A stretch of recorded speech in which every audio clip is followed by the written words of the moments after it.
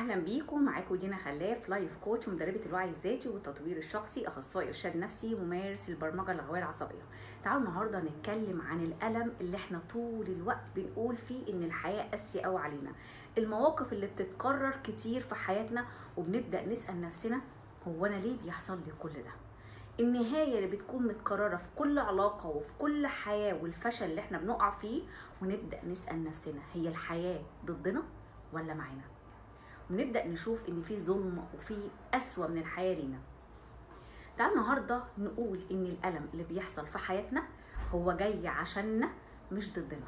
تعال نحول النهاردة لكل ألم وكل وجع حصل في حياتك انه رسالة قوية جدا ليك محتاج تفهمها.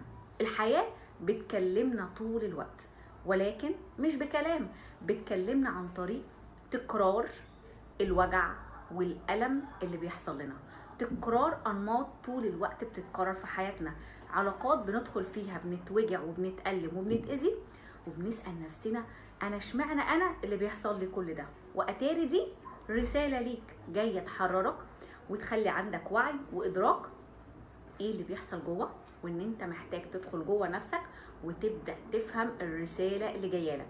فدي جاية عشانك مش ضدك. فهنا بنحول الألم للرسالة اللي احنا هنفهمها، ونبدأ نشوف ان الحياة كانت معانا وجاية عشاننا مش ضدنا. تعالوا كملوا معايا الآخر. هل صدفة ان انا اقابل نفس الاشخاص في حياتي، يحصل لي نفس الألم والوجع في كل علاقة بدخل فيها، يكون عندي نمط بيتكرر في حياتي، بتخان طول الوقت، بترفض طول الوقت، بتهان طول الوقت، ادخل مشروع وافشل فيه، وادخل مشروع تاني وافشل برضو فيه. هنا الحياة بتقولك اقف، انت محتاج تبدأ تشوف الرسالة اللي جاية لك من الحاجات اللي بتحصل في حياتك. هنا بتقولك افهم، خلي عندك وعي وادراك ليه بيحصل ده، ايه الرسالة اللي جاية لي من ورا الاحداث دي. وتعالى النهاردة اقولك على اهم رسائل الحياة بتجيبها لنا طول الوقت واحنا مش واخدين بالنا.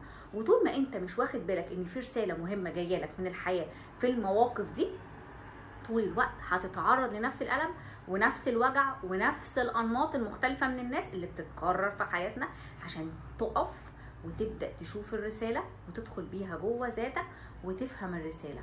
وأول ما بتبدأ تفهم الرسالة وتبدأ تشتغل صح، الحياة بتتغير تماما، وهي هنا لصالحك مش ضدك. يعني كل حاجة جاية لينا رسائل لينا احنا عشان نظبط جوه الداخل عندنا، لان احنا كتير بنبدأ ندور على التغيير الخارجي ونبدأ نشوف الناس بتعمل ليه كده ونبدأ نعدل في الناس. مش هتتعدل ومش هتتظبط، التعديل الحقيقي جاي من الداخل عندك. فلو انت الاشخاص اللي حواليك تعبينك نفسيا، الرسالة ليك انت. لو انت في مكان تعبك نفسيا، مش هتغير الواقع، مش هتغير البيئة اللي انت فيها، مش هتغير المكان اللي انت فيه. هنا الرسالة جاية عشان تغير الدولاب الداخلي اللي عندك، تبدأ تغير حياتك الداخلية وتفهم. هنا الإشارة جاية تقولك ان انت محتاج تعديل من الداخل قوي جدا. تعال نفهم اكتر عن رسائل الحياة. يعني لو انت من الاشخاص اللي طول الوقت بيتخان في العلاقة او بيتم تجاهله، هنا الرسالة جاية تقولك انت محتاج تفهم نفسك اكتر، تحبها اكتر. فالتجاهل الخارجي جاي لان انت اللي متجاهل نفسك. الخيانة اللي بتحصل لان انا اللي رسمت صورة وتوقعات معينة للشخص اللي قدامي، والرسالة جاية تقولي ان توقعاتك كانت غلط، ان انت رسمتي صورة مش صح. هو الشخص ده حقيقته هو ده كده. انا هنا الرسالة جاية تقولي عدلي نظرتك للشخص ده، اهتمي بنفسك اكتر. يعني انا هنا حاطه للشخص ده مكانه عاليه قوي وحاسه ان ممكن يكون هو اعلى من استحقاقي. لا، هو هنا جاي يقولك ايه؟ ان انت اعلى من الشخص ده، ان انت تستحق شخص غير الشخص ده، ان ده حقيقته مش حقيقتك انت.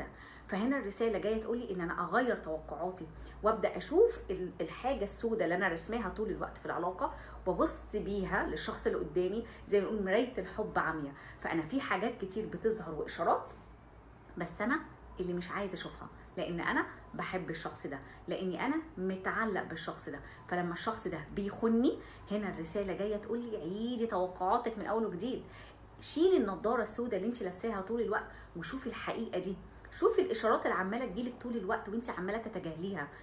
فالرساله هنا مش جايه عشان الشخص اللي قدامي او جايه عشان تقل ثقتي بنفسي واقول يبقى المشكله فيا انا وابدا احس ان انا ضعفت في الجزء ده. لا، هنا بتقولك تقوي قوي، انت هنا استحقاقك اعلى من الشخص ده، توقعاتك هي اللي عاليه شويتين 3، محتاجه ان انت تظبطي الجزء ده عندك. لو انا بدخل في مشروع معين وطول الوقت بيحصل لي فشل، اطلع من المشروع ادخل مشروع تاني افشل، اطلع من مشروع ادخل مشروع تاني.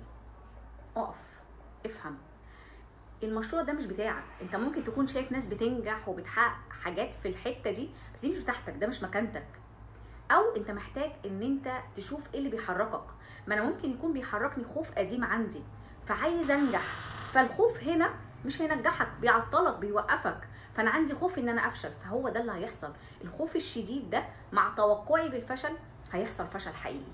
فهنا الرساله جايه تقولك ادخل جوه اكتر وشوف ايه الدافع اللي بيحركك. هل في مخاوف قديمه بتحركك؟ هل المكانه دي مش بتاعتك اصلا؟ يعني المشروع اللي انت داخل فيه ده مش بتاعك؟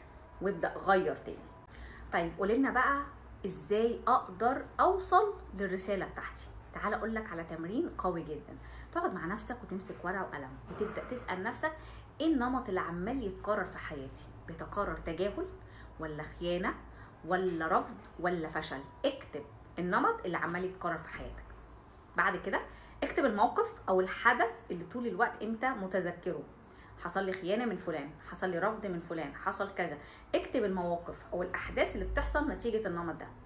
بعد كده السؤال المهم قوي، المشاعر اللي انت حسيتها في الوقت ده.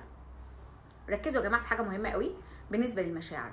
عقلي ممكن ينكر او يهرب من الموقف عشان يحميني، ولكن جسمك ومشاعرك ما بتكذبش عليك. خد المشاعر لان دي اللي هتوصلك للجذور اللي عندك، اللي سبب المشكله او النمط ده انه بيتكرر في حياتك. فانا جبت المشاعر اللي انا حسيتها في الوقت ده. بعد كده اسال نفسي ليه بيحصل لي ده؟ لا، ايه الرساله اللي عايز الموقف ده يوصلها لي؟ اللي النمط عمال يتكرر في حياتي عايز يوصله لي، الحياه عايزه توصل لي ايه؟ وابدا افهم الرساله. الرفض الشديد اللي بيحصل لي نتيجه ان انا كنت بترفض وانا طفل صغير، فعندي جرح من الطفوله. انا برفض نفسي وبرفض عيوب كتير فيا، محتاج ان انا اعدل الجزء ده واقبل عيوبي وابدا اشتغل عليها. فكل حاجه بتحصل في حياتنا مش صدفه، هي جايه عشاني، جايه عشان تحررني، جايه عشان افهم نفسي اكتر واشتغل صح على نفسي عشان ابدا اخرج بالرساله اللي ربنا بعتها لي من خلال المواقف دي. ودايما تتذكر ان الالم اللي بيوجعك هو جاي كمعلم ليك، جاي يعلمك. الحياه يا جماعه طول الوقت بتكلمنا مش بكلام، بتكلمنا بالتكرار. فالحاجه اللي بتتكرر في حياتي طول الوقت اعرف ان هنا في رساله جايه لي. طول ما انت عمال تتجاهل الرساله اعرف ان برضه هتتكرر معاك، لحد ما تبدا تاخد بالك ان في رساله جايه لك من الشخص ده او الموقف ده او الحدث ده او الالم اللي بيحصل لك ده. ومن هنا انا خلصت موضوعي. يا رب يكون فرق معاكم، ولو حسيتوا انه فعلا استفدتوا شاركوا الموضوع ده او الفيديو ده مع ناس تانية تستفاد. شكرا جدا ليكم. ما تنسوش الاشتراك في القناه، وهسيب لكم رقمي لو انت محتاج تكتشف نفسك اكتر، تعرف الالم اللي جواك اكتر، تكتشف النمط اللي بيتكرر معاك اكتر رسالته ايه. هسيب لكم رقم الواتس. شكرا جدا ليكم، كان معاكم دينا خلال.